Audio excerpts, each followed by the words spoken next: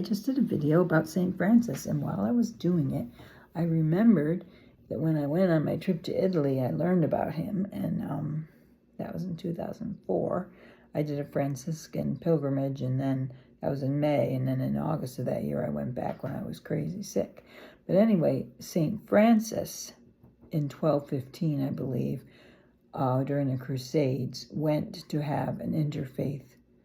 He went to the Mideast, or the Holy Land, to try to convert the Sultan. So he went there with the aspiration to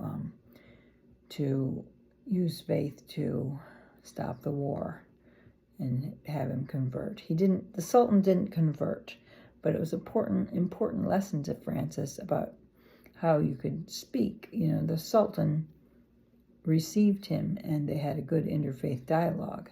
So that is the message, that things can be talked through. But of course, that was before there were nuclear bombs. But I won't say my opinion, because I'll get my video unable to be, this video is no longer available if I say anything. Anyway, I'll try to keep it simple. St. Francis, I'll show you there, St. Francis with the bird. He also tamed a wolf that was eating children. So that's symbolic of, wolves are symbolic of things too. Anyway, what was I going to say? Well, wolves are symbolic of lecherous men.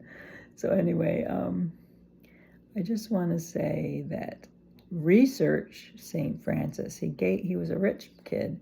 He gave up all his wealth. And that's, if you're really a Christian, you should embrace poverty. That is the Christian way. Not amassing wealth. The prosperity gospel is not the true way of a Christian. St. Francis knew the true way of Christ. And that's why he's such a famous saint. And everybody loves him all over the world. I'll show you him again. St. Francis.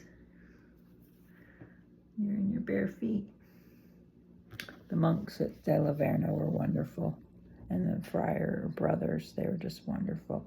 And the relics were there. I saw his robe and chalices and stuff. Francis was never a priest. He was a monk. But anyway, thanks for listening.